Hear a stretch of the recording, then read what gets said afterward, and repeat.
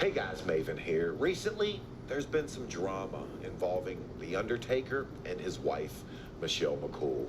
I wanted to let some time pass before I offered my perspective, partly because I had a hand in this mess, and also I view Taker and Michelle as friends. So here's the backstory. Whoa, okay, so first off, guys, welcome to the channel, welcome to the video. Were you aware about this Undertaker situation? Let me know in the comments, and let's see if we can hit our 1 like goal. In 2023, The Undertaker started a very successful podcast independent of the WWE. It was called 6 Feet Under with Mark Callaway, and his co-host was a gentleman named Matt Laida. Not only was Matt a co-host, but he was a driving force in the creation and the day-to-day survival of the podcast. Nice. In March of 2025, the podcast would abruptly halt.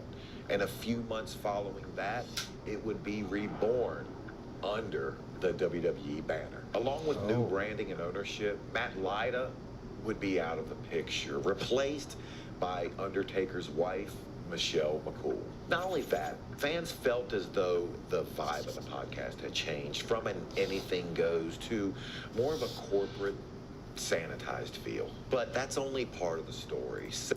I mean, look, I could see why people feel that Michelle McCool was not a good choice. I mean, she's not Sarah. Remember Sarah? But let's see where this goes with Maven.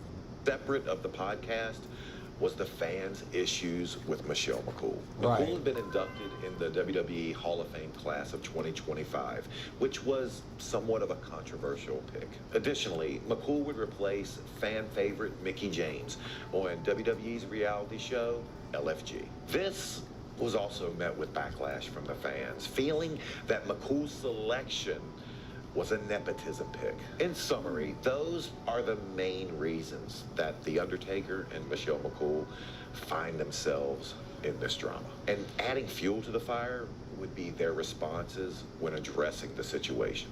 Well, Crested Saguaro 520, you know what he said? No. He said he truly believes that The Undertaker is a good guy at heart.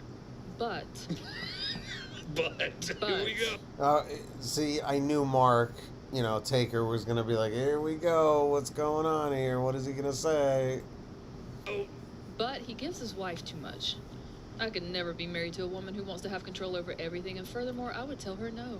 99.5% of the guys that I've ever been in a dressing room with or worked in a territory with, they're going to tell you that as much clout as I supposedly have, or even if I do, I never ever would have used it for that kind of crap. And it's absurd that people get on the internet and can use words like reliable sources and this and that.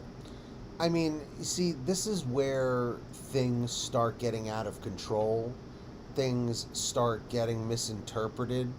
And overall, things just get misconstrued, And everybody believes it. A lot of people want to stay relevant that way, though. Well, I think there's a lot of that, and then there's a lot of people on the internet that just think, well, I mean, that has to be what he's doing, because if I had that kind of juice, that's what I would do. And that's the problem. Y'all are the problem. Yeah, but again, my inner circle of people and the guys that I shared that dressing room with, and they know the truth, and as long as they know the truth, then and it's that saying, like, my silence can long outlast the lies. I never got the impression that The Undertaker, that Mark Callaway ever used his fame or his clout or who he knew, for his own gain. I mean, whatever he did behind closed doors, but I've never publicly seen anything, but it doesn't mean it's never happened, if that makes sense. You know what I mean?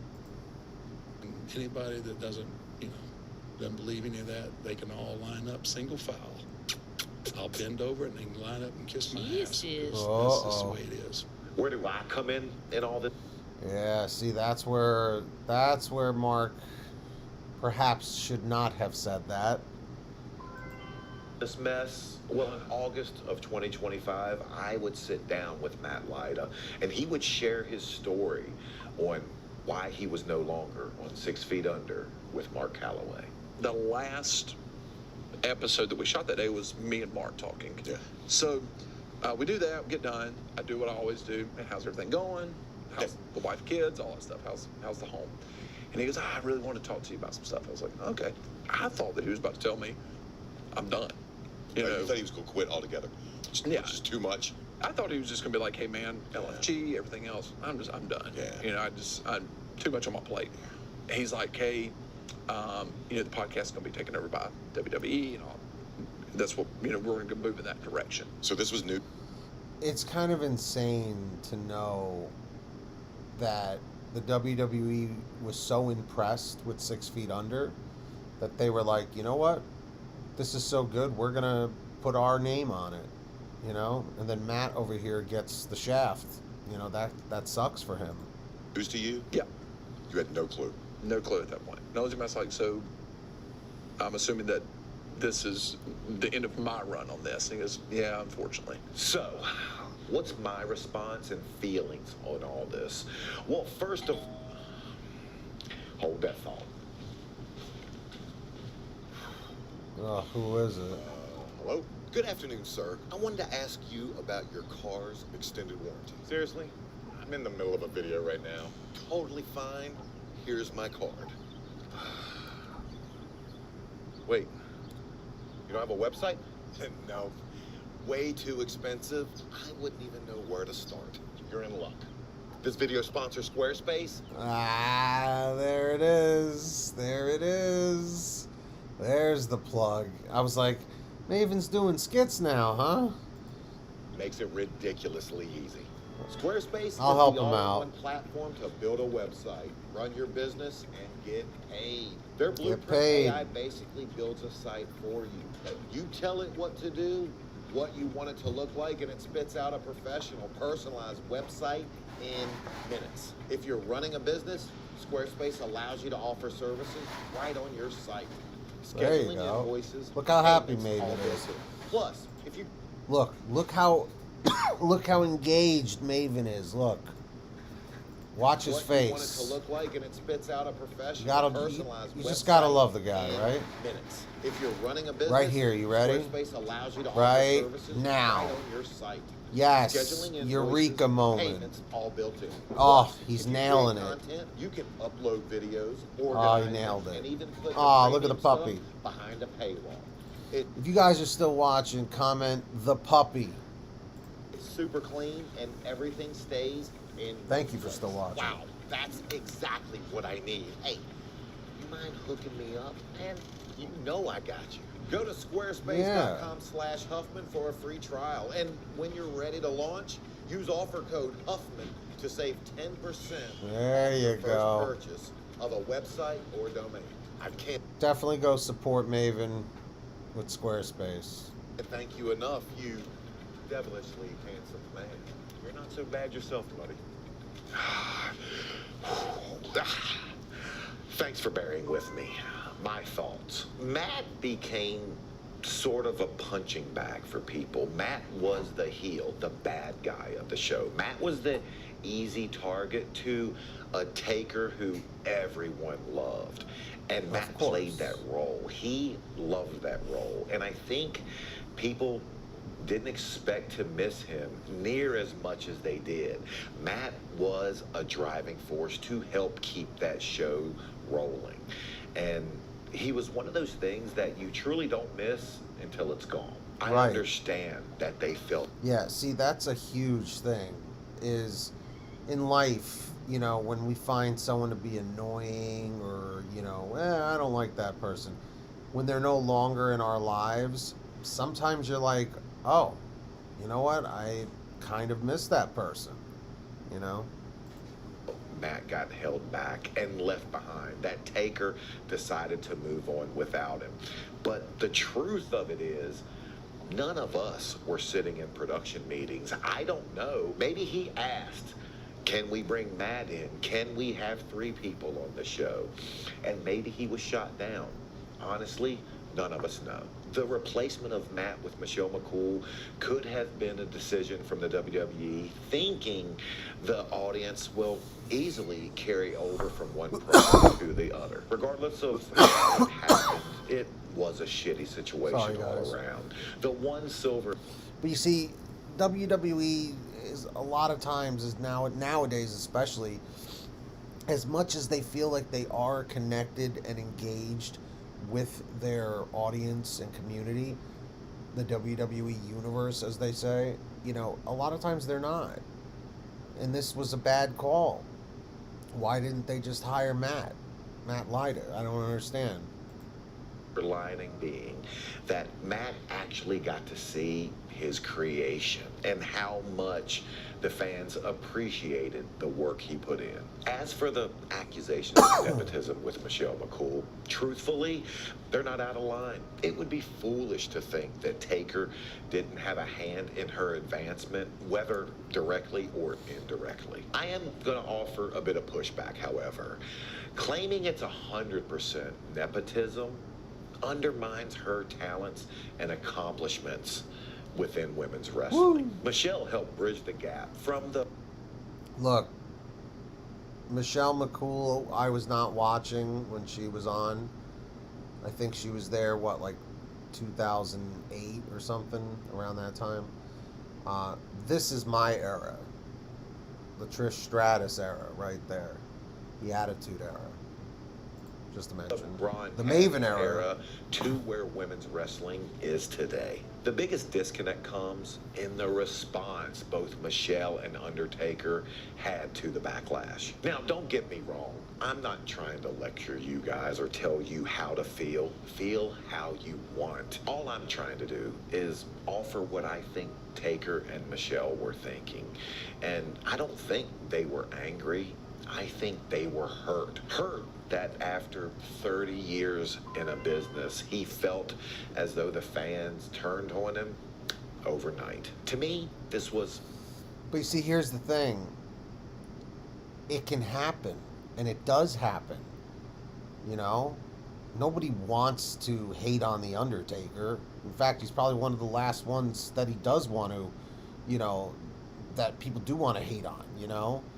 So, the fact is, he's going to take the heat, and he'll bounce back from it. He's the freaking Undertaker. An emotional reaction, an impulse reaction. I'm still an Undertaker fan. Are you? Let me know in the comments, and let's see if we can hit the 1 like goal. From the dead man. After 30 years of giving everything, he might have felt like he had more goodwill built up with the fan base. Maybe. Not saying he didn't, just saying that might be how he views it. I in no way am accusing fans of mistreatment of any kind. I'm just saying this might have been what led to his response. Now, if you ask me, Maven, truthfully, which version of 6 Feet Under do you prefer? I have to say the original, and here's why. There are conversations, there's topics that I'm just not having with my significant other. There's topics I'm not going into. Not saying I'm trying to hide anything from her. I'm just more comfortable in different settings. But that's me. Hey guys, Future Maven here. Recently, the WWE launched a new YouTube channel specifically for The Undertaker and changed up the format of 6 Feet Under. This new format is a watch-along where Taker and his wife, Michelle McCool, break down his past matches. I kind of like this, though. I definitely want to watch that. You know, with him doing the breakdowns. I love that. Do you? If you love The Undertaker, comment The Dead Man. Just so I know you're still watching. Obviously, this doesn't fix all their issues, but I think it is a step in the right direction. And personally, I'm excited to see what they come up with. If you've been turned off by 6 Feet Under, I encourage you to give this new format a try. On a personal note, we're always tinkering with what we do, and some things work, others don't. But you never know until you try.